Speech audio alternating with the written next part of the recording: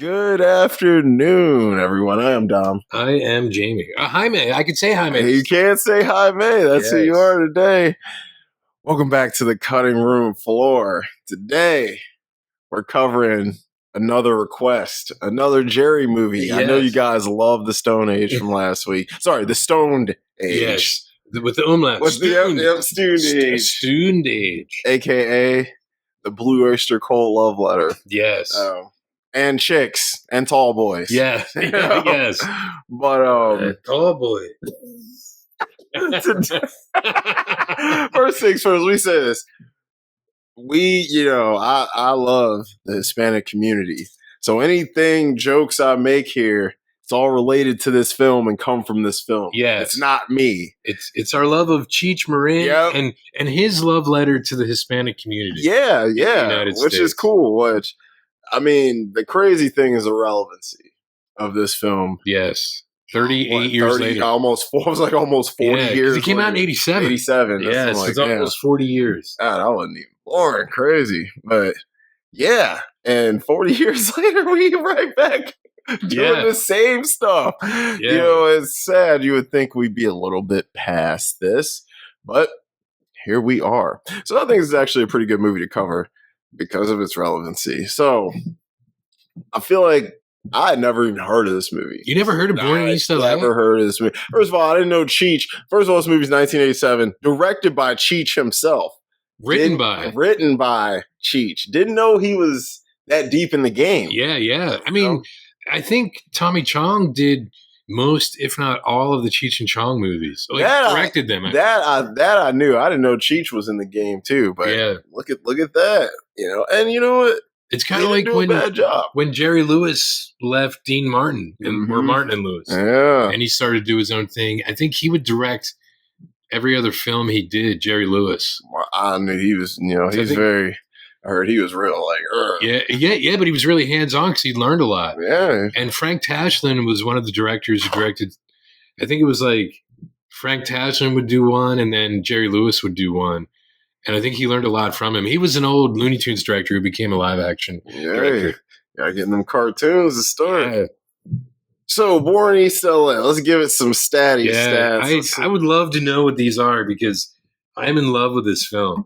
Rotten Tomatoes, 40%. What? Lower than the Stoned Age. Really? And I would say this is a better film than the Stoned Age. How is it 40? I don't know. IMDb 6.1, not too bad. Letterboxd 3.1, so that's a better score than the Stoned Age. Stoned Age, I think, was 2.9, which is that's about where I expected the Letterboxd score to be. I thought it'd be a touch higher on the tomato score, but wow. I feel like if they went and watched it again, a lot of critics would probably reassess this. Yeah, well, maybe at the time they were expecting like a Cheech and Chong type. Yeah, Cheech from Cheech and Chong. Yeah, a stoner guy. He doesn't smoke weed once in this whole movie. No, this film has heart. Yeah. It has humor, and it has a story based in reality. Yeah. Whereas, like, I'm thinking of, I guess, is it Up in Smoke where they have, like, that huge blunt? Yes. And, like, the blunt-mobile and all that shit? Like, that's not reality. No, that's goofy silliness. Yes. So this is like a really grounded film, even though it's a comedy. It's a comedy, and it is grounded. And I think the second half is much stronger than the first half. First half, I was struggling a little bit. But like you said, once he gets to Mexico, I'm really kind of like, all right, I got to embrace where I am. Yes, that's when the film really starts to gain its charm. And I think the first half was him, since it's the first thing he did without Tommy Chong, I think it's him trying to find his own footing. Find his own footing, yeah. Especially as a director and a writer. Mm-hmm. You knew he could write because obviously he and Tommy Chong, I believe, wrote all their films together anyway. Okay. And obviously their stuff that they did on stage. So you knew he could do that, but I guess trying to find that solo. That's a hard balance to strike when you're used to working with someone. Yeah, because then you can like bounce off of each other and riff if you have to. Yeah, it's the old saying, two heads are better than one. Well, so for a short time, John Wayne Bobbitt only had one head. Who the fuck is that? Oh, his wife chopped his junk off. Oh. Like, probably around the time you were born. Never mind. Oh. Yeah, it was like 30. They sewed it back on. Did they really? Yeah. Did it work? Well, yeah, he even made an adult film called John Wayne Bobbitt Uncut. I wish that was a joke. That is not a joke. No, that is not a joke. Yeah. What a way to, make light of your situation, I guess. Yeah. I mean, you could always say that, like, his wife, if you ever hear Lorena Bobbitt, that's who it was. Okay. She, was he cheating? I don't know. I guess he was just like abusive and stuff. Because she was foreign. Okay. He was domestic, and I guess, different. Yeah. Different customs. Yeah. And, I like to say that she just tried out her stand-up routine on him, and she left him in stitches. She left him in stitches, for sure. Yeah. Oh, my God. God, take a finger or something, bro. Like, shit. At least she only got the head. Ugh. No, it was like most of it. And then she like the fact that they got it back on is incredible. And then she like drove away and like threw it out the window. Okay, I did hear about this. Yes, yeah. Right, that's and then the cops found it. And how about who's picking it up? Yeah, picking it up. Yeah. Get the tongs, get the little plastic bag. I think the minister from Born in East L.A., Larry. Yeah. So, I'll get it, guys. Oh, bare hands. Yeah. I hate to be cocky, but I'll get it. I hate to be cocky. So this film. Yes. Anyway, I'm sorry. No, you're good. So this film, we start out. We got Cheech living at his mom's house with. I mean, I think they kind of put a Mexican stereotype. Yeah, this movie, it's very stereotypical. Yes, like, we that's should what warn everyone. That's what I'm telling you. Like, listen, this isn't me saying shit. This is what the film is telling you. This film, I think, in order to be palatable to all audiences, really dives into the stereotypes. Yes, it does. In order to tell a poignant story about the ills of society. Yeah. Really is. I think that's the nicest way to say it. Because one thing I noticed about this movie, like, despite the racism and the stereotypes, it shows these people are just regular people, though. Yes, like, they're not what some people like to call them, criminals and thugs. Yeah. And R-wordists and all that. Yeah, murderers. All that. Like, were you going to say grapists? Yes. Even though there's a statistic that says most immigrants to the country do the least amount of crimes. But who wants to believe facts? I don't know, man. Anymore. Facts are boring, right? They are. It's alternative facts. Don't you remember alternative facts? Don't you remember that? Alternative facts. Yeah. It's an alternative fact that it was the biggest crowd at an inauguration ever. Remember, Sean Spicer was getting pissed. And I mean, Sean Spicer was so pissed, Donald Trump's diaper was wet. That's how pissed Sean Spicer was. Man, alternative facts. That's a funny word. And God, that was... 8 years ago? We've been living with alternative facts for 8 years. That's a long time, bro. Yeah. Holy shit. Almost a decade. Well, this movie does definitely have some stereotypes in it, but I think the stereotypes, like you said, it makes it a little more palatable because we all know what the stereotypes of every group is. Yes. And this movie plays right into them. And also, like you said, it shows everyday people, regular people. So if you start with the stereotypes and then what Cheech does brilliantly is works in the fact that those stereotypes aren't necessarily true. Yes. Because he was a regular guy. Yeah, he was. You know what I mean? He spoke English very well. He barely spoke Spanish. He barely spoke Spanish. He was like, I can barely, he's like, that motherfucker speaks Spanish. I barely speak Spanish. Yeah. Because his mom asked him to pick up his cousin, Javier Gonzalez. Right? And he's like, she's like, how many Javier Gonzalez's can there be? He said at least 50? Yeah. It's a slow day at the border. At least 50. And it's like, so like even he believes these stereotypes. Yeah. So it's really about someone who takes for granted that they weren't born not in the United States. Yep. and gets mistaken for someone who was born outside of the United States. And it's like a lesson for him to see like the roots of his heritage and what his people go through that he takes for granted. Yep. It's incredible. Yep. And but when we get to the end of the movie, I'll discuss what I didn't like about it. The main thing I didn't like. But wait, the end, like the theatrical cut? Well, or just in general. Okay. But we'll get there. I want to talk about that now. So Rudy played by Cheech, that's our lead. Yeah. He's Guadalupe Rudolpho Robles. Guadalupe. What? 57 How years old is he supposed to be in this movie? Believe it or not. 34, 5? Well, I think in reality he was like 38 or 39. That's what I was thinking. So he might actually be about the age he's supposed to be, because he does say later on that he was in the Army for years. He did say that. And then he stayed before. Yeah, and then he stayed in the Army, which explains why he's probably back living with his mom after a divorce. After divorce, yeah. Yeah, and his sister and her kids. Yeah. And, you know. And now his cousin's coming in. Yeah, I'm like, that's a stereotype, Yeah. But his mom does have two houses. She does have 2 houses. So she was clearly making money. So he was clearly making money too. And I don't want to sound like I'm racist or stereotyping people, but was his mom the maid from the Goonies? Yeah, she did kind of look like her. Yeah, she looked like her, right? I'll pull that up real quick. She did look like her. I saw her, and all I could think of was like, adios mio, when she found all the jewels. Separate the drugs. Yeah. Let's see. Because that's funny. I'm like, I just love how Mouth randomly spoke English. Let's see what she was in. Because that would be great if she was. Because that means that she had like a mid to late 80s career. Yeah. I mean, either way she did. She was obviously acting, but I mean, The Goonies is a classic. Oh my God. I was just talking, me and Gerald were talking about Really? Yeah, it's one of the best movies of all time. Oh yeah, he was talking the other week about how they want to make a sequel to it 40 years later. Which I'm like. And we were saying how Mikey now looks like Chunk. He does. So he'll be doing the Truffle Shuffle. Bro, it's her. Is it? Yeah, it's like a good job. Believe it. Yeah, she was only 4'11". Wow. Yep.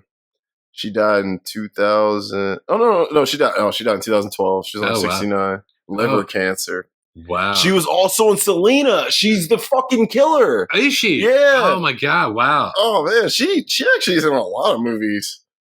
Well, there we go, man. She's in way more stuff than you probably would have think. Okay, well, yeah. Look at you. I thought it was her. I was so looking it's not racist or stereotype. No. You actually got it. Yeah. I'm like, wow, she looks like the maid from the Goonies. She speaks really good English. Yeah. Yeah, because the Goonies was what, the year before? What's Goonies, 85? 85. Yeah, I was like, so yeah. Yeah, there you go. So he's at the house. He's having breakfast, and can he eat my breakfast before it grows green? Before it grows green grass, or whatever he said. Green fuzz, yeah. So he's trying to eat breakfast, and the nieces and nephews riding the bikes in the house. The mom put the Jesus poster where the phone's supposed to. Oh yeah. It's the Jesus, but it's like one of those weird, like kind of like 3D hologram things. Yeah. It's like his eyes are open, then they're closed if you move a certain way. And it looks like Tommy Chong, but it's not. It's not. It's not Tommy Chong. It's something like Jesus, but yeah, it should have been Tommy Chong. Yeah, because it's a photograph of Jesus, so you know it's not Jesus. Yeah. So she tells him, "Hey, I bought the house across the street," which is important later. I rented the house. I rented it in the extended cut. Actually, that comes up. But so she gives him this money to go take to the bank to deposit, and she's like, you got to do it before Monday or whatever. He's like, fine. She takes the money. He goes to work. Oh, yeah, we don't even know what day of the week it is. We just know it's not a weekend. It's not. I felt like it was maybe a Friday. Thursday, that's what I was thinking, Friday. Because I'm like, so does this whole movie take place over like a weekend? Because he's busting his ass in Mexico. There is no fucking. I felt like if it's a weekend, this is the most extended weekend. This is a holiday weekend right here. Yeah, because when it feels like he's there for like a month, dude. He's doing a lot of work. I feel like a lot of days went by. Yeah, like I need to see something. That's what I thought it was at least 2 weeks, but so let's see. I'm sorry. Go ahead. No, you're good. I'm just gonna look up something. So he's going to work. He runs like a body shop, And he's driving work. He sees this pretty red-haired Spanish lady, and everybody's like catcalling her. And, it's the beginning credits. Yeah, so it was just an excuse to get through the beginning credits. Yeah, of course. And he gets to work, and he does his thing, and he's got to go pick up his cousin from the where did he work? It was some factory. Toy factory. It was like some kind of factory. Yeah. And he goes to scoop him up, bro, and ice comes through. And, I mean, yeah, they do. That's what happened. Yeah. They come through and they get all these dudes, and the owner's all pissed because he's like, bro, who the fuck gonna work? And he's saying all these like racist Spanish like phrases and shit. The owner. The owner, yeah. Yeah. Like, give this man a rubber tortilla. Yo, rubber tortilla. I was like, what the fuck? Yeah, he said, yeah. It was all kinds of stereotypes. El Rado. Yep, El Rado. I was like, oh my Lord. God. Yeah, it was bad, but it was funny. So, dude, he gets deported along with everyone else. And of course, he's pleading his case, and they're like, we don't know how you can speak English so well. Mm-hmm. Hold on. Because of the kids on their bikes in the house, his mom gave him the money. He put it in his wallet, and before he could put his wallet back in his pocket, he put it on top of the mantle. Yep. To tell the kids to knock it the F off. Mm-hmm. Yes. Yep. Yes. And so he ain't got his wallet. So when he gets to jail, they're like, well, you got ID? And he's like, no. So he tells the dude his name, and he looks him up, and this guy's like a super criminal. Like, he's like, this guy's been deported 9 times. Like, so he gets pissed off, and he's got to wait it out. So he goes he goes to use a phone because all he had was 25 cents. He had his dick in his quarter. Yeah. So he goes to use a phone, and he gets pissed off at the phone and starts beating it up. So they take him to jail. And while he's in jail, these 2 gay dudes try and have their way with him. And, they were kind of like the stereotypical gay dudes. They had the voice and all that. Yeah. When I'm like, in jail, the dude who's going to rape you is the most masculine guy in there, typically. Yeah. But this preacher dude's in there, and he's like, I can stop them. He's like, for $200. He's like, but for you, $100. Yeah. And he's like, motherfucker, I ain't got no damn money. He's like, bullshit, fuck it. And so he's like, all right. And so the dudes keep fucking with him. But luckily, the guard comes and like, you're free. It's like, we can only hold you for a day for beating up a phone. Telephone. Yeah. That's what I'm like, bro, he had to be there well over a week. Okay, I just looked it up. If it was filmed in 86, the 5th of May was on a Monday. If it was filmed in 87, because it came out in August of 87. So this type of movie could have been filmed literally like, a couple months before. The 5th of May was on a Tuesday. So if it starts on like a Thursday or a Friday, it might 4 fucking days. Yeah, 4 or 5 days. It seems like forever because of the way as much work as he's doing. That's what I'm saying. Yeah. He's grinding, bro. But even Jimmy said you can get enough money in like a week if you work overtime. Yeah. I mean, he was only giving them 10 cents a head. Well, that was to getting people in. I'm like, motherfucker, you better give me $1, bro. He brought like 42 dudes in. No, remember Jimmy's good with numbers. He's like, you brought 48 people in. At 10 cents a head, it's $4.20. Yeah. That's what it was. Yep. It's 10 cents a head. That's $4.20. Because remember, Jimmy's also like the best coyote. He is. And he's like, it's normally $500, but I'll give you 50% off. Yep, $350. Yeah, that's right. I mean, he said, 50% off, huh? Yeah. That's right. So he gets out of jail, and he's in Tijuana, and I've been to Tijuana. Tijuana is an interesting place. I actually had fun there. I was kind of young. What were you doing in TJ? I was with my grandfather. Really? Yeah, he lived in San Diego, and he's like, okay, I got to take you to TJ just so you can see it. So we went down there, we went in a bar, and he got really drunk, and we just walked around for a little bit. Okay. And then came right back. Wow. So it was, it was interesting, but I mean, I didn't really get to see Mexico. I would have loved to go and really check it out. And I don't mean no Cancun bullshit. I want to see, I want to see how they living out there. There's a really terrible OJ joke that is the punchline to that I'm not going to say. But I'm sure you can piece it together. Oh my! Because it's a 30 1-year-old. Yes. Oh my goodness. Anywho, we know OJ is a sensitive topic for some. Yeah. But he was a real cut up though. Just like Lorena Bobbitt. Yes, he was a real cut up in the white Bronco. But yeah, I don't know. That white Bronco was fresh, bro. Look, all you have to realize is it must have been really bad because for like 30 years or almost 30 years, Ford is like, we're not making Broncos. Yo. Right? They were like, they just brought it back, huh? Yeah, a couple years ago. They're like, are they electric now? Or do they have an electric version? Maybe, because their headlights remind me almost of like Rivian. You know Rivian? Mm-hmm. Yeah. Yep. That's what I was like. I won't lie, the new Bronco is kind of fresh. I know someone that has a white one. I want to get like an OJ thing to put on their back window. OJ like peeking up. Or just get them a sticker of a glass of orange juice. You know what I mean? Yes. Everyone will know exactly what it is. Or just like Tropicana. Tropicana sticker, some shit. Minute Maid, whatever. Yeah. But so he's out there and he meets this guy, Jimmy. This tall white dude with red hair. Yeah. And honestly, probably one of Daniel Stern's best performances. Yeah, I'm like, because he didn't seem like Daniel Stern to me. No, he didn't. He was good in there. He was funny. He was one of my favorite characters. And he actually, you think like, should he trust his white dude in Mexico?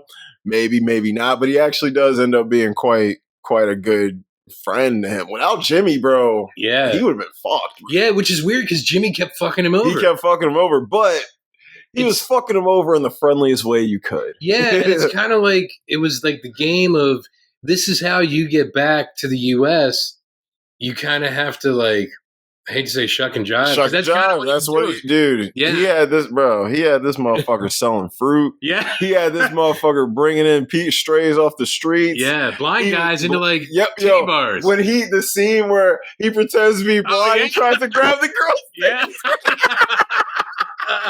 That shit was hilarious. Yeah. That's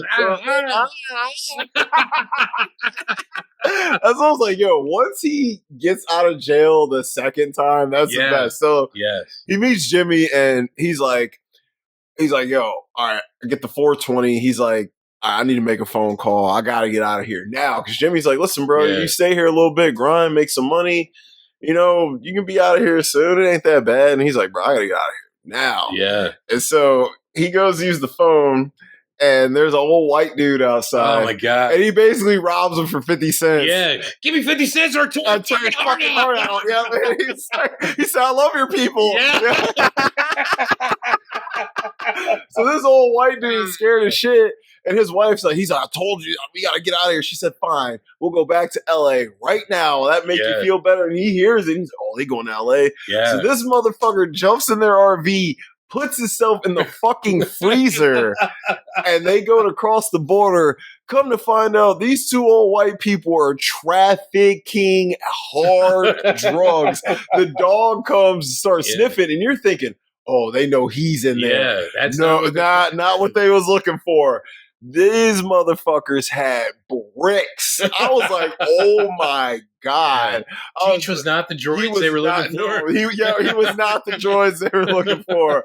Oh man. So they open the freezer and he's in there frozen. I'm like, this guy. So with like his body in like a crazy. Yeah, it was, oh my God. Cause it was basically it was like one of those, old school fridges where the freezer is the little box at the top and then the fridge is like the main body. He like basically was in both of them.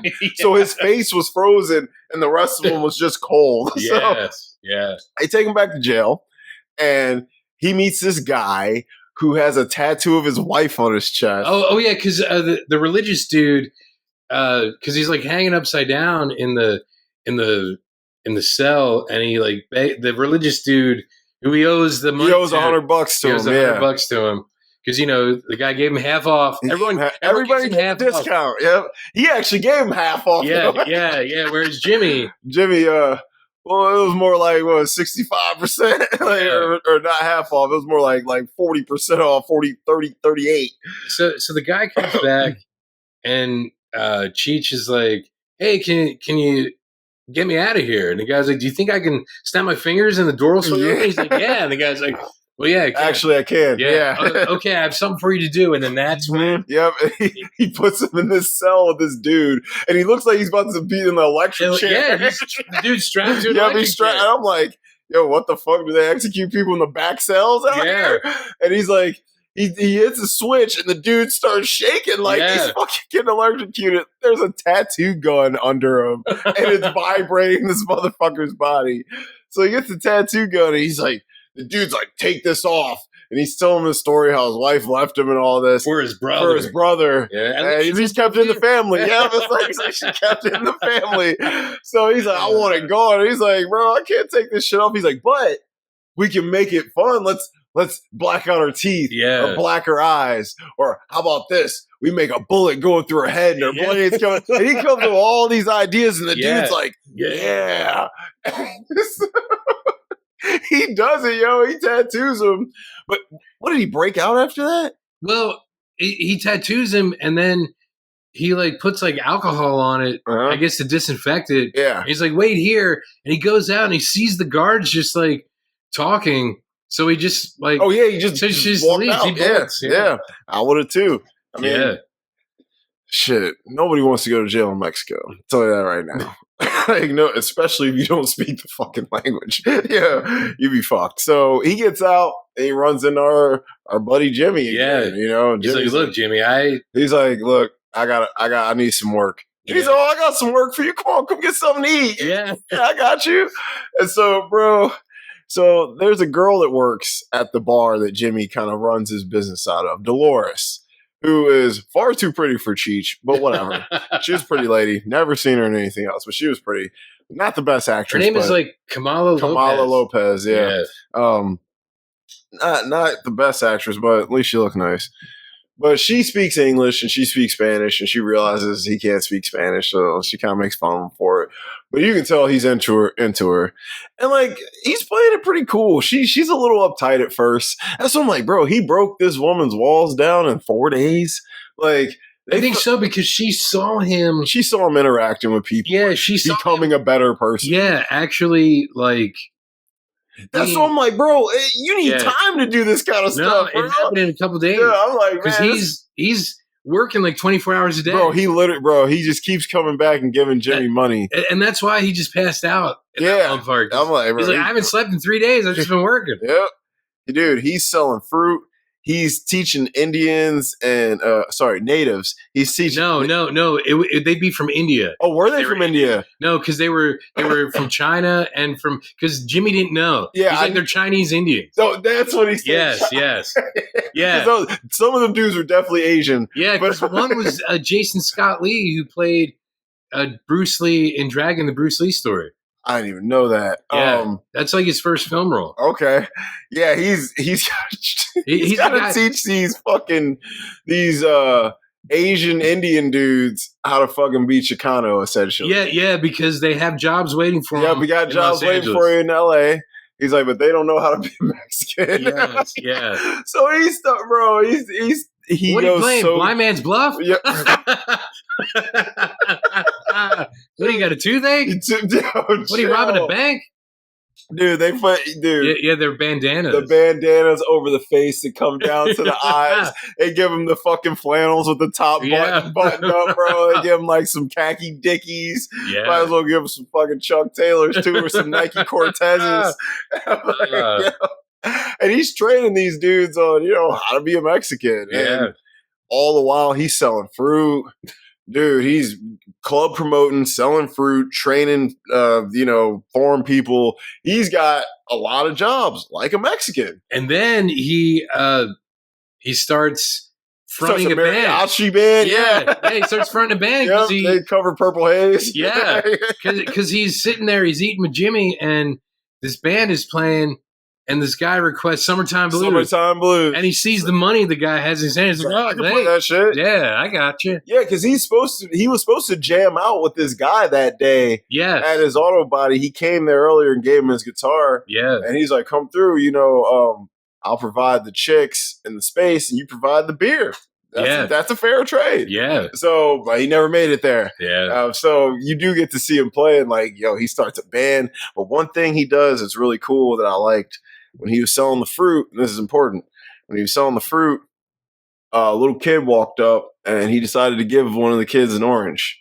And the kid runs to his mom, and they didn't put subtitles or anything on. I don't speak Spanish, but I'm assuming he's like, "Mom, look, this man gave me that orange." She's like, "You stole that shit, little motherfucker. Give it back." So she goes to give it back to him, but he can't speak the language, and he's like, "No, keep it gift." And she's like, "Oh, okay, thanks." Yeah, because she was like, "No steal," and he's like, "No, he didn't steal." I think that's why they didn't have subtitles for a lot of the Spanish. I think that was because a smart of him. Because Paul Rodriguez has subs, but everyone else doesn't. And I think that was the whole point. So we would know, he doesn't know, we don't know, which I think was a smart move. So he's like, "Here, take a whole fucking bag." Yeah. And they're like, "What?" And he's like, "You know what? Take this whole fucking cart." And did you notice when she turns around, he puts money in her purse too? I didn't catch that. Yeah, because he has the money in his fingers. I didn't see that. And the first two things that he has of money, he puts in her purse. That I didn't notice. Oh, because they save him later by throwing the oranges. They sure do, and that's what I was like, this is important. Yeah, it is important. So listen, that's why be nice to people. You never know when you're gonna need them. Yeah. So Dolores is starting to see him change and interact with his own people, and oh yeah, because earlier when he's like doing like tats on the fingers of the Chinese Indian guys, and he's talking. She's asking, "Is that all you need to be an American?" Yeah, and he's like, "No, blah blah blah." And I forget. Somehow it comes up that she's from El Salvador. Yeah, and he's like, "Oh, all the chicks that I knew from El Salvador are disco bunnies." She's like, "What's a dixo bunny?" Yeah, dixo bunny. He's like, "No, disco." He's like, they hang out at disco clubs. And she buy him a drink, you dance with him, and you never see him again. And she throws gets water. Pissed off. That's I was like, that was not that serious. You need to throw water on this man, bro. Well, I don't think she's a one night stand kind of girl. She's not on the one night, and she is not. That's a girl you grab and keep. Yeah, yeah. I mean, dude, look, she worked hard. She was hot. She was sweet. Yeah. Way out of his league. Yeah. I'm like, shit. I'm like, bro, this is a dream girl. She's not out of Cheech Marin's league. No, she's out of Rudy's league. Yes, Guadalupe. Yeah. She's out of Guadalupe's league. Because I was like, bro, this chick's way too hot for him. But she likes him a lot. But she likes him through the action she's seen him do when he thinks no one's looking. Yeah, like she gets to know who he is as a person instead of the pretense that he's showing everybody. And, because he's coming off like, well, I'm an American, I'm better than everybody. Yeah. Not that he said that or anything. No, but that's just how he was acting. Off. Yeah, like, I got to get back. I can't be here. I can't stay here. It's not for me. Yeah. And that's what I was like, bro, I don't know. To me, it looked like you were having a good time there. Like, dude. Probably the time of his life. Dude, yeah. I'm like, bro, it's probably the most fun 4 or 5 days you had. And I'm like, dude, it would be fun. It's almost like that vacation he took there kind of reminded me of like spending the summer at the beach. You go to the beach, you get you a little shitty job. You know what I mean? Yeah. You work during the day, you split a beach house with your friends, and at night you party it up and have fun. And then you just go out, meet people and work and do whatever you do during the day. Yeah. And you have fun at night. It reminded me of that. Like anybody who's ever done that for a summer or, for like 6 weeks, 2 months or whatever, just go down to the beach, work at one of the stores on the boardwalk or sell something or whatever. You grind during the day, and then at night, bro, you have fun. And I'm like, dude, he was having fun at night, getting drunk, hanging out with Jimmy and shit. Yeah. And playing music, listening to music. He was grinding though, man, like hard. Yeah. She admired that. She's like, ooh, he's hardworking like me. Because remember, she had like 3 jobs. Yeah. He's like, well, I thought you worked here. What'd you get fired? She was like, no, I'll work here and there. Yeah. And I work here too. Yeah, she's like, I'm a hard worker. Mm-hmm. But she's like, I have goals. She wanted to get to America herself. Yeah, but she got robbed when she first got there, so she had to get the money back up. Which, I'm sorry, her life there looked way better than any fucking life she was about to have in America. Yeah, it's true. I'm like, dude, you have a house on the fucking beach, a nice little beach house. Yeah, just you got your little jobs. Like, bro, I'm like, I wouldn't go. Yeah. For what? So I can be ridiculed, but get deported possibly. Yeah, and fucking get treated like shit. Because you actually have this place. It's probably paid for already. Yeah. I'm like, or if it's not, it's probably cheap as fuck to live there. Yeah. I'm like, honey, what you're paying for this house here, if you put that same house right over that border 5 times more. Yeah. You know what I'm saying? Maybe more. Maybe even more. Yeah. Right? I'm like, dude. Now with tariffs, it would definitely be with tariffs, bro. 100%, 110%. 150. Like, yeah. Like, numbers that don't make any sense. You'd be like, man, I'm going to rent this place. It's going to be $4,500 a month. And you're going to be in East L.A. Yeah. You know what? Like, what? Her place was nice. That's what I was like, But she starts to warm up to him. And he's starting to warm up to the community, the environment. Yeah. And they're getting closer. She buys him a beer. Yes. And he's like, hey, listen, this is my last night. And she gets visibly upset. Yeah. I'm like, oh, you really like this guy, huh? And he's like, listen, let me take you out. And she likes him so much. She's like, fuck that. Why don't you come to my house and I'll cook you a home cooked meal? I'm like, oh, she like you. Yeah. He's like, cool, save me some money. Yeah. And he's like, what should I wear? She's like, nothing. He's like, I can do that. Yeah. He's like, I get it. It's a joke. Yeah. And it's just funny to see, like, he has an American sense of humor. Yes. Definitely. In that show. That's something, we would find funny. Yeah. Because she didn't even get it at first. Because a lot of the funny parts in the film are like things that he just says to people. Yes. And things that we would think are funny or understand, but obviously someone from somewhere else would be like, what the fuck is wrong with this guy? Yeah. So that does make it fun. But I'm like, I had way more fun with this movie in Mexico than I did in America. Yeah. In America, it was just stressful. And I think that's the point, though. Yeah, and which is why the ending pisses me off. But so he's like, he's like, all right, I'm gonna go to your house 7:30 sharp. And he's excited. I would be too. Yeah. I'm like, dude, she definitely gonna give it up. Oh yeah, You're like, look, bro, she didn't invite you over for a home cooked meal with, bro. She had beers ready for him, everything. And look at the way she was dressed. She was. I was like, dang, she ready to go. She was looking really good. She had this nice white dress on. Like, God, this is a very good looking lady. She had nice ass hair, nice skin. But I'm like, bro, listen, Cheech, you only get a chick like this in a movie. Well, he can get a chick like that because he's Cheech. Yes. Rudy would only get a chick like this in a movie. But she was super sweet. And he's on his way there. And who got out of jail? The gay dudes who were trying to take his manhood. Yeah. And they're the ones who they collect the money for the Theo, preacher. Yeah. So they grab him like, hey, you are a boy, $100. They was like, so either you give us $100 or we gonna beat the shit out of you, bro. And he's like, listen, bro, I ain't got it, and I'm like, damn, bro. I'm like, they're gonna keep this dude from getting to the house. Well, who shows up to save the day? The family he gave the oranges to. Yes. And they start pelting these dudes with oranges, bro. And, enough so where he could get away. I just want to show you, she's been in a lot of movies. She has been in a lot of movies. Wow. My God. Wow, she got a little filmography. Yeah. Sure.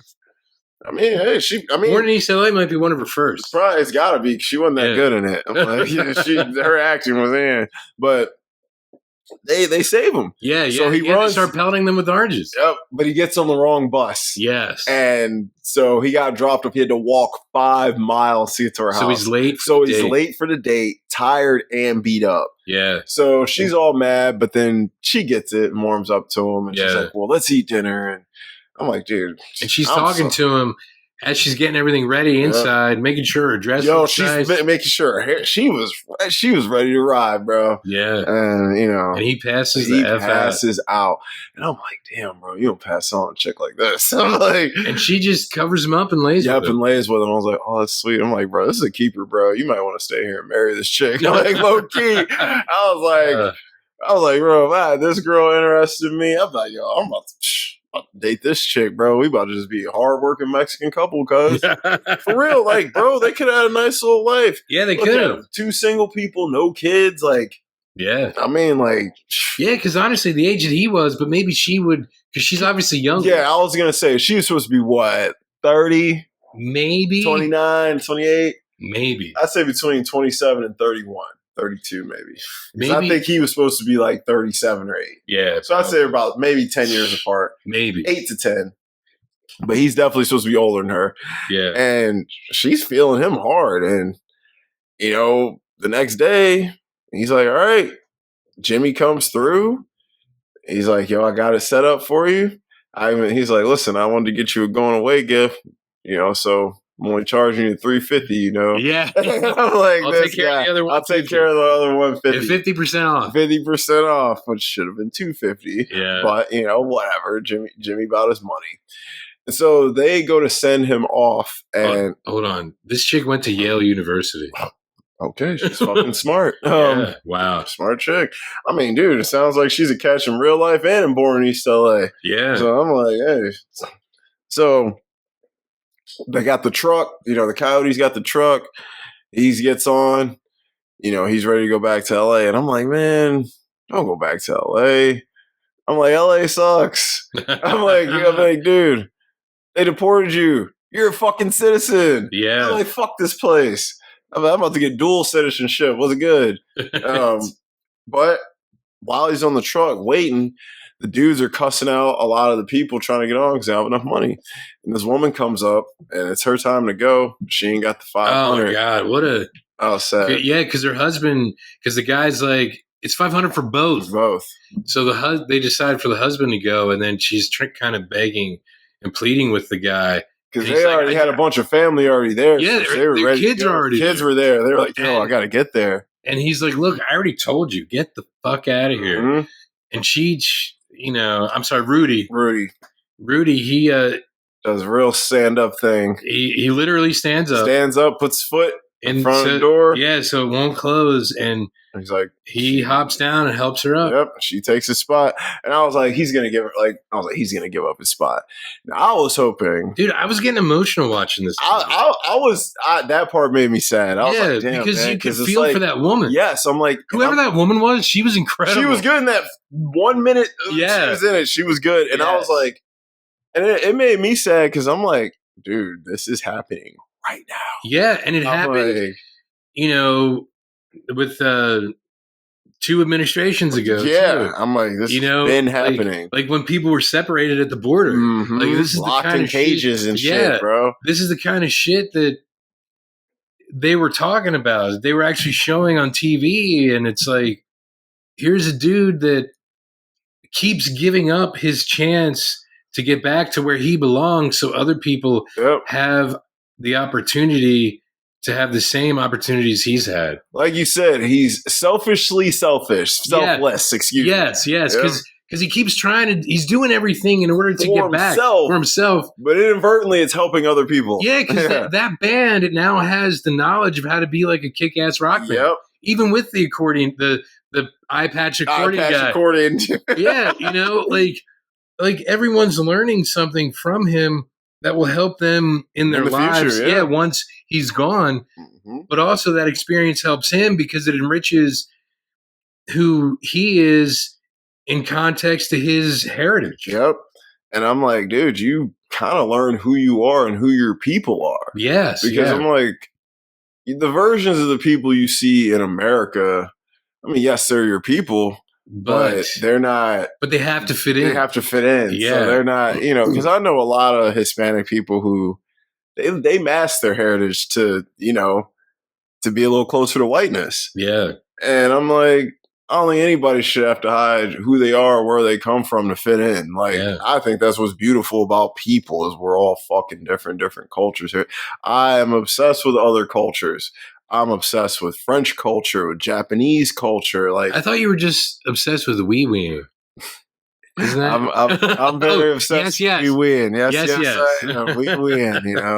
I want to wee wee some French ladies. Hey now. Hey, listen, there's some fine French ladies, bro. Are they geriatric?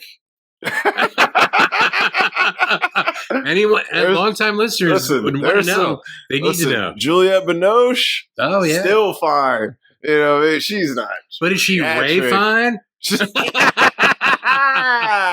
Well, she was an English patient. Well, he was, but yeah, she's still fine, bro. She gotta be like 60 by now. I would think she still looks, because the English patient was almost 94, like 30 years ago. That's what I was like 95. She's still fine. But there's some younger French 96. Okay, how dare you? There's some younger French actresses I like Léa Seydoux, who was in 007. Oh, yes. I love her. 61. Oh, yeah. She's still looking good. Yeah. Yeah, Was she in Chocolat? Oh, yeah. She's the lead. Yeah. Yeah, she's, your boy Johnny. Oh, yeah. That's how they sold the movie. Yeah, right? Pretty absolutely. much like, he's in it for 10 minutes. Yep. Like, listen, this is how we get the funding, guys. But yeah, like I said, I love Japanese culture, bro. Oh, like even German culture, I'm quite fascinated with. A lot of cultures I love, appreciate. I think Mexican culture is so fucking cool. Their sense of family and community I've always admired it. I've always loved. See, people make fun of them and stuff like, oh, they're all packed in there like sardines. And I'm like, they got each other's fucking back. I was gonna say they take care of each other. I was like, they got each other's fucking back. It's if you look at like Asian culture and like Hispanic culture, like they ride. Yeah, because they they take care of their elderly. Yep. Yes. It's very rare. Very big. Like it's very rare that someone like me has to take care of them. Yeah, you know absolutely. What I mean? Yes. Yeah. That's a good thing to point out because you deal with these people. The elderly, I mean, not these cultures. But I'm like, you probably rarely see Hispanics or Asians. Rarely. Yeah. And when I do, they're probably rich. Yeah. But it's like you learn if there's like a language barrier, you learn how to communicate without through other things. Yeah. It's interesting. It is like. It's odd how you can oddly communicate with someone who doesn't necessarily understand what you're saying and vice versa. Yes. There's certain things you have an understanding of because you're a human. Yes. But I've always thought Mexican culture in particular, their sense of family is absolutely incredible. It's like... I think in Black Panther, Wakanda Forever, you see that with Namor and the... Talokian, I think it was Talokian is what it was instead of Atlantean. Mm-hmm. You see that with that tribe. Yep. And, a lot of Hispanics love that movie because of how Coogler showed them. He's like, that's how we are. Not the shit all y'all thinking. Yeah. So, I love that about that. Coogler's just good with dealing with culture. Well, we could spend another 3 hours talking about he's a man. But I do love that about Mexican culture. And so it made me sick in this movie because I was hoping he's going to be like, you know what? I'm fitting in well here. I'm doing well here. I met a girl. I made a friend. Yeah. Why not stay? I wanted him to stay. Oh, yeah, because after he gives up his spot, he just starts walking away. And Jimmy's like... He's like, bro, got the car right here. Yeah, I'm still your manager, right? Yeah, he's like, I'm still your manager, right? He's like, we can make a lot of money. Yeah. And I'm like, dude, these dudes... I'm like, man, look. And this is... towards the end of the film, this is like pretty close, bro. This is like 10 minutes left, on the theatrical version 5, about 10 on the extended cut. Yeah. So, now I watched the theatrical cut, so for me it was very jumped. There's a scene where you see they go deal with the border patrol. Yeah. And they're like, oh, this one dude, we're going to get that motherfucker. No problem. I'm going to take a whiz. One dude's, I'm going to take a nap. Shit. Yeah. He'll be down here in a couple minutes. Little they know this man got half of Mexico with him, bro. They come up to the hill. It's a bunch of them. It shows you in that short period of time how many people loved Rudy. Yep. Yeah. And that's what win this one for Rudy. For Rudy, yeah. Because I'm like, dude, they loved him. And if I'm him, I'll be like, I'm going to stay here at least for a little while. Yeah. Stack some money, build a relationship with Dolores, learn Spanish, learn about my people. Yeah. Like, I'll stay here a couple years.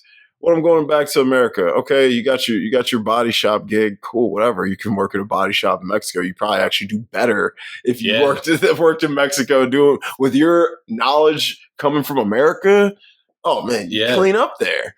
So, and I'm like, and you're right on the border, and you are technically an American citizen. You can go visit your mom if you want.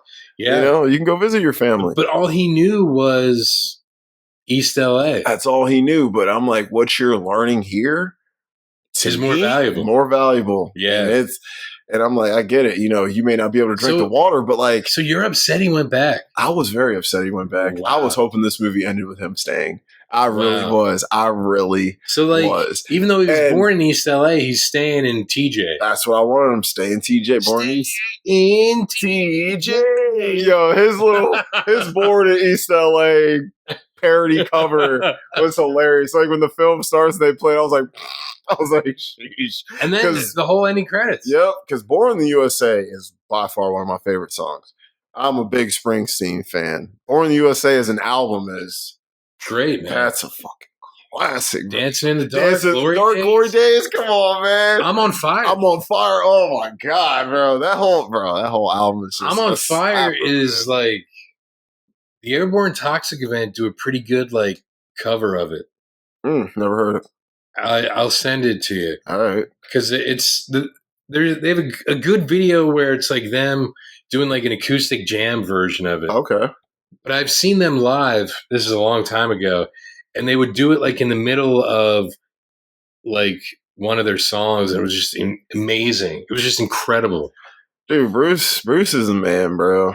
I mean, he's one of like kind of the first dudes to kind of speak out on like publicly, like on a lot of the fucked up shit we do out here. Yeah. You know, like, and look, he was talking in the 70s about like drinking the water in Mexico, right? He was saying, "Bowels like us, baby, we were born to run. We were born to run. Bowels like us, baby. After drinking the water. Drinking the water, yes, sir." It's called Montezuma's Revenge, and he wrote a song about it. Bowels like us. This baby tramps like us. Baby, we were born to run. Okay. Really quick.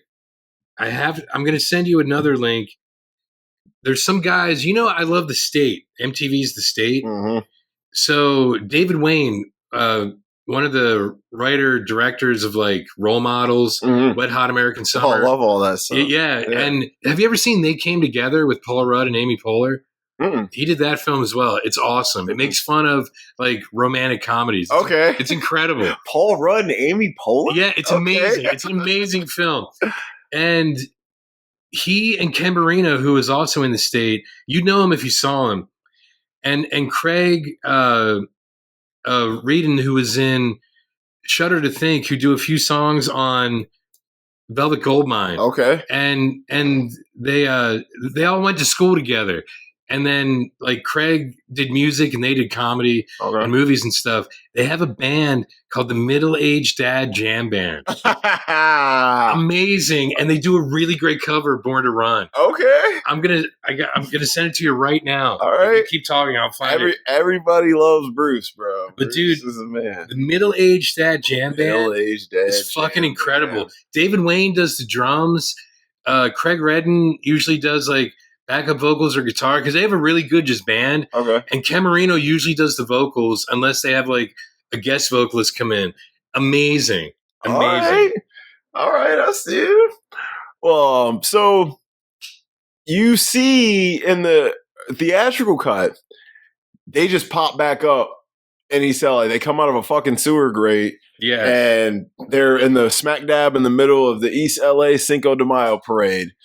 And you're like, okay, well, how the fuck do we get here? Well, in the extended cut, the TV cut, actually. Yes. Dude, they show how they got there, and they had to steal a van and trick these coyotes, and they get the house his mom rented across the street. They take them there and hold them hostage, and they got to pay them all this money. Oh my God, it's crazy, but it's like the shit people had to go through to get into the United States. Yes, and that's what I was like, I appreciate the film a little bit more, showing that process, but it also, all watching that did was just reaffirm that I wanted him to stay. You had to jump through fucking 20 rings of fire to come to a fucking place that doesn't even care about you. It doesn't want you. They treat you like shit. They make you do all the shitty work. There's no way to get ahead. Like, I'm like, fuck that, man. I'd rather be in Mexico. At least I won't be judged for who I am.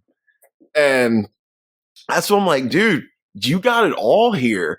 And to me, I was thinking the movie was going to have him stay because the whole movie showed you that life here isn't bad. Like, yes, the American dream and all that. Cool. You're right. It's not the stereotypes he learned about. Exactly. He's thinking, I'm going to go down here. It's going to be a bunch of taco burrito eating Spanish speaking.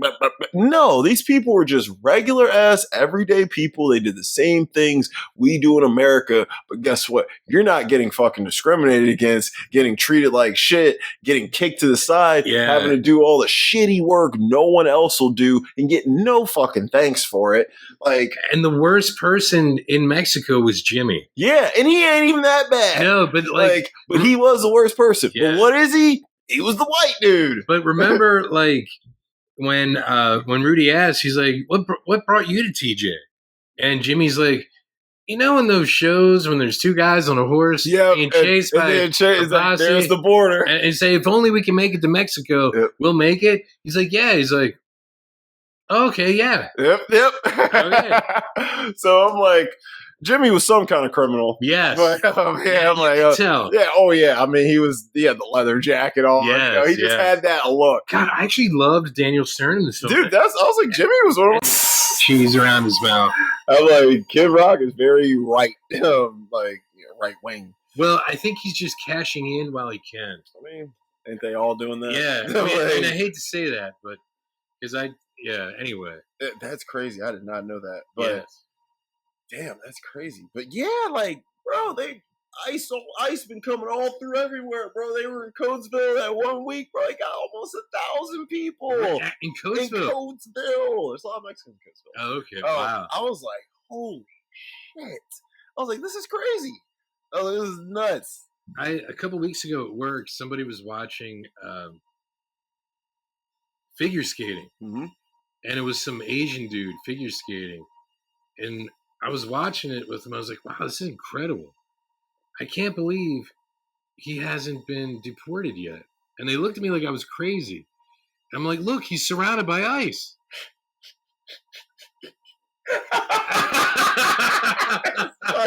I know, and that's actually the reaction I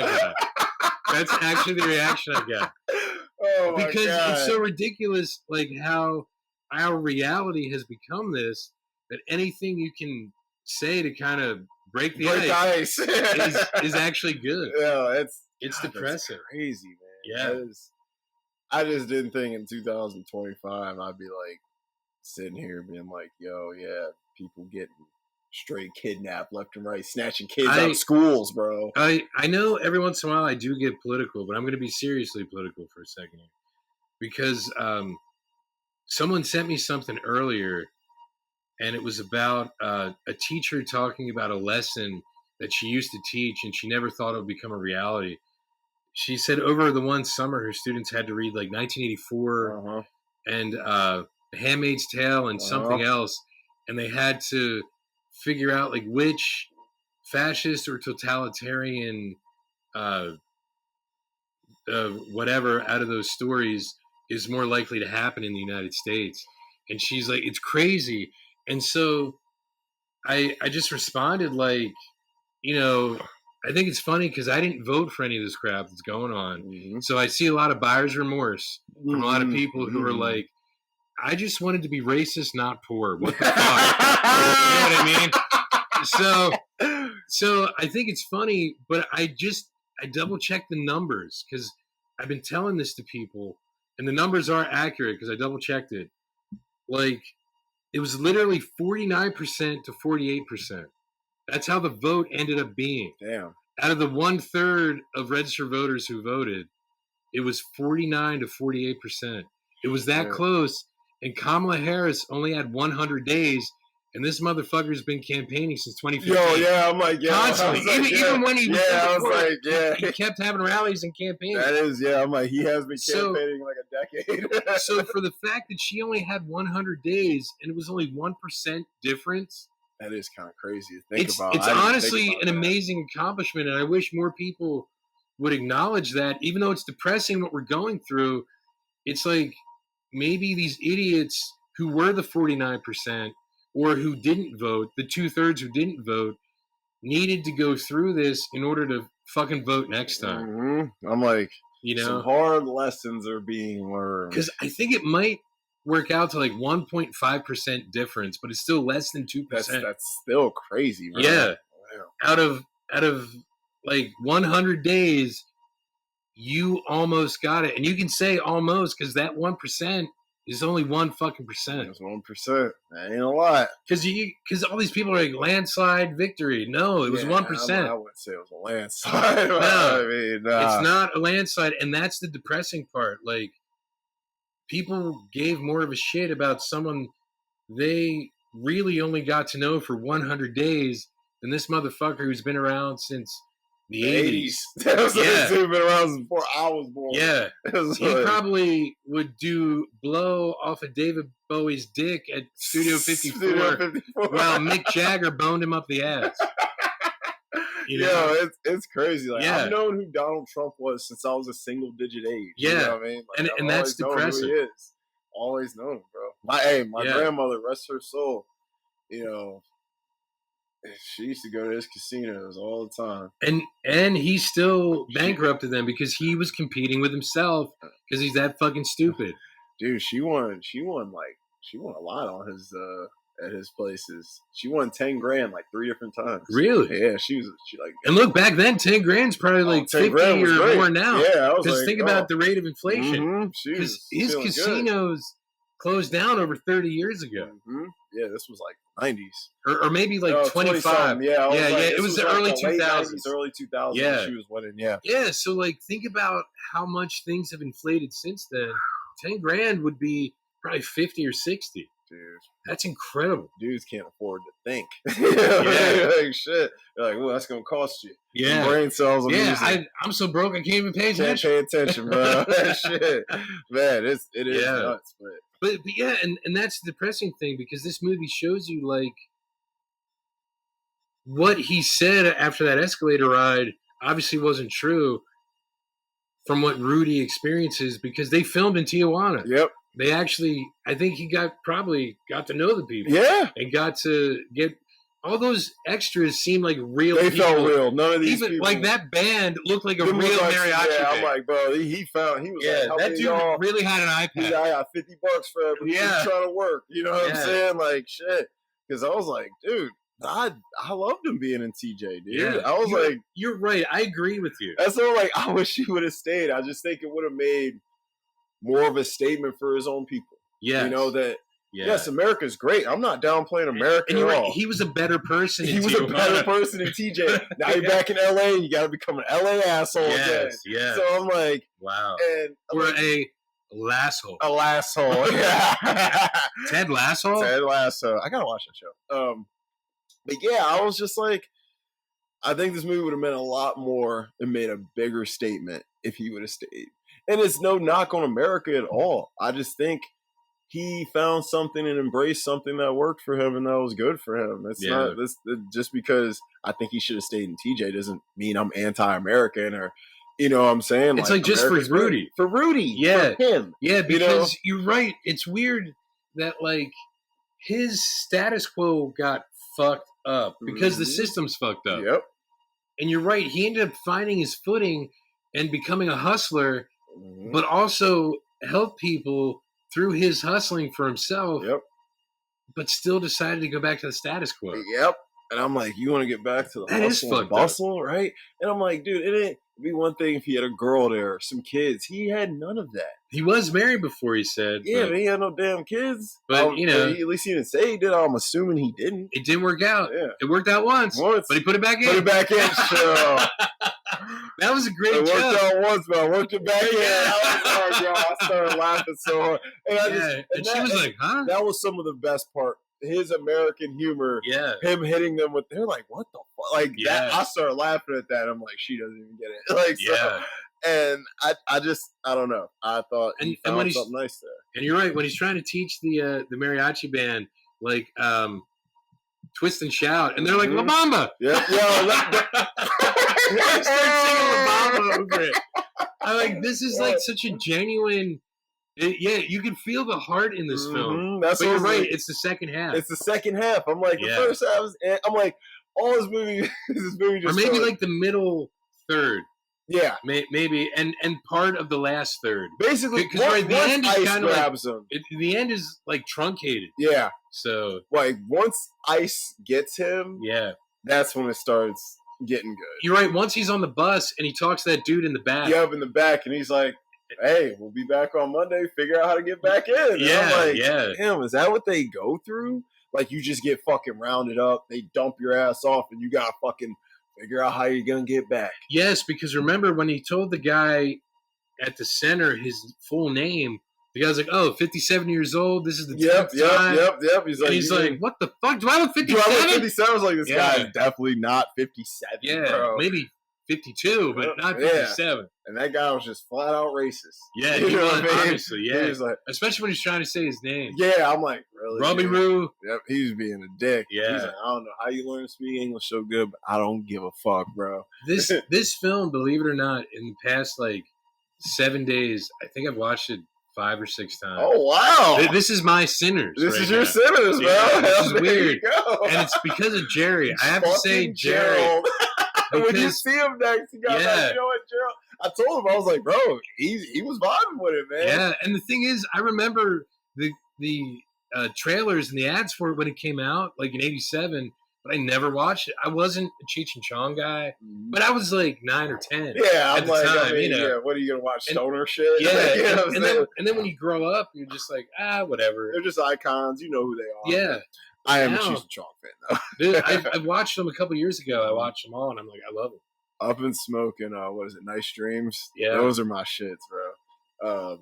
Yeah, I was very fascinated with the concept of this movie, but it broke my heart when he came back. I was like, and now they do get married. They do get married. Yeah. So from Larry, from Larry, the gay. He's not a priest. He's a minister. He's a minister. A pastor. It's like, I'm a pastor. I'm not a priest. I'm a pastor. Yeah. His shirt was kind of fresh though. Yeah. He was staying fresh. That was funny. Just like the one dude in the beginning when the woman's walking by and he's flipping the coin. Mm-hmm. I mean, his outfit was fresh. Yeah, for '87, man. Guys who were fresh in there, one of the coyotes, the one with the hat. His shirt was fine. Yeah. I wear that shirt now. Yeah, it was. It is a good wholesome film though, and I would definitely if I was a Mexican dad, I would definitely show this to my family, my kids and stuff. They never seen it. I would be like, yo, we gonna watch a funny little movie about kind of our heritage, American, Mexican, because hate it all you want. All right, Nipsey Hussle said it in FTD, which stands for Fuck Donald Trump. Oh, okay. It's a song by YG and Nipsey Hussle. Rest in peace, Nipsey Hussle. He has a line in there.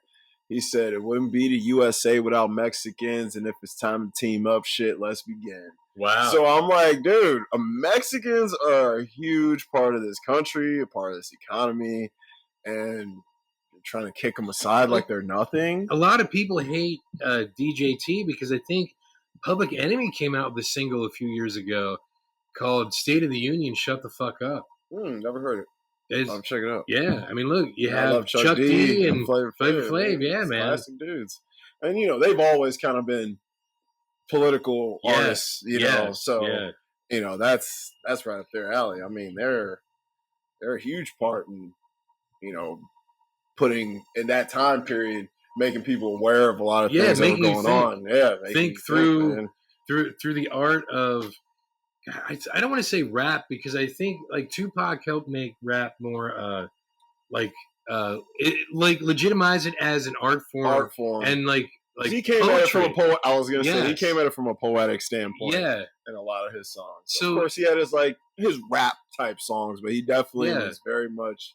He talked about things and his emotions and feelings, and So, and when you look at the guys who would have influenced him, he obviously had to have gotten it from somewhere. Oh yeah, he was definitely a Public Enemy.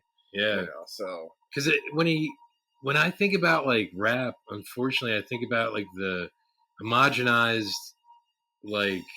cookie cutter shit. I hate to say I'm white, so Vanilla Ice, Snow, Third Base, Beastie Boys.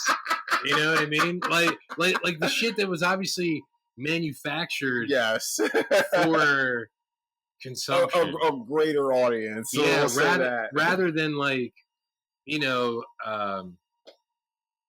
God, for some reason, Young MC popped into my head. That's not really what I was thinking. Because if you think about when Will Smith came out, that was more of a popular that was kind pop of shit. thing. Yeah. Yeah. Like, So it's not necessary. It's kind of like how like grunge is like different genres of music. yes. It's like rock, it's metal, it's whatever. Even though it's still all like rock music, it's not like grunge isn't really one thing. It's like they would dress like they rolled out of bed and they're homeless. Yep. So I feel the same way with rap, but I'm a weirdo and I overanalyze everything. With rap, like you had that side, the Beastie Boys, the pop side, even like Young MC would fall into that category. Yeah. But then you had the NWAs, the Public Enemies. Yeah. Guys who were speaking out against shit. Guys who were like, unapologetic. And then after that, you had like Dr. Dre doing his solo stuff. Snoop came along. The Chronic's one of the best albums of all time. Yeah. And Snoop, exactly. Yep, Snoop came out of that. And then you had the East Coast boom when Wu-Tang came up, and Biggie came up, then Nas, Jay-Z. So, rap just took off in the 90s, but it's nuts. It's nuts how, all these years later. Look, Skee-Lo. I wish I was a little bit taller. I wish I was a baller, man. I wish I had a girl who looked good. I would call her. Yep. Wish I had a rabbit in a hat with a bat. And a 6'4" Impala. Yep. That's still a great song, dude. It is a great song, especially if you've seen Forrest Gump. Yes. And watched the video. That's a great song. Like, there are one-hit wonders, but they're... Oh, fuck yeah. But it's still like... Young MC was definitely a one-hit wonder. Bust a move. Hey, you put that shit on anywhere, everybody will start. Yeah. Everybody knows that song. And look, you have like Tone Loc. Tone Loc was good. Yeah. This is it for all the fellas. She's dressed in yellow. She said hello. Come sit next to me, you fine fellow. That's the way everyone knows, whether you even like the song or not. Yeah, it's a good song. Yep, everyone knows it. And now I think we may have said this before. Now he would be old MC, but you know what? I bet it would still sound great if he would do it. Just like if I don't know if the guys in the Sugar Hill Gang are still alive. Bro, those dudes gotta be dead. But if they were and they did Rapper's Delight. Oh, bro, everybody that would be a cream. Hell yeah, dude. I'm like, Rapper's that'd be lit, bro. Yeah. That'd be insane. So we're I guess even before that, going back to like more meaningful stuff, you have Grandmaster Flash and the Furious Five. The Message. Yes, sir. Look, don't push me. I'm close to the edge, baby. And I'm trying. I mean, that song was so big, Diddy and Mace covered it, you know, later on in life. And Ice Cube sampled the beat for, God, what fucking song was it?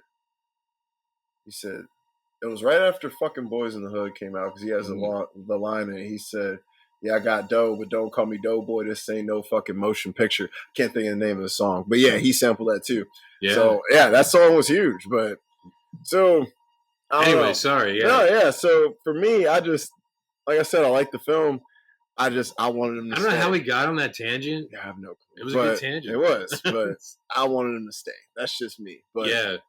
Because he could have learned more about himself. Absolutely. And what he's capable of without the hassle of, I'll just say Big Brother. Yeah. Because it was the 80s. Yeah. So. Big Brother's watching. Yeah. And it's like, you don't have to stay forever. You know, if you wanted to come back, you could come back. Because he's still an American citizen. Still an American citizen, you know what I'm saying? So I'm like, you can come back eventually, but I'm like, I would have stayed. I would have been like, I would have called my mom, like, Mom, it was Mando. Mando. Yeah, he got a little scraped up. I understand. But I was like, I called Mom, like, Mom, be gone for maybe a year or so. I'm like, stack some bread out here, live cheap. Get to know this woman. I might be coming back with a wife, and you know what I mean. You might have some grandkids. Yeah, you might have some grandkids.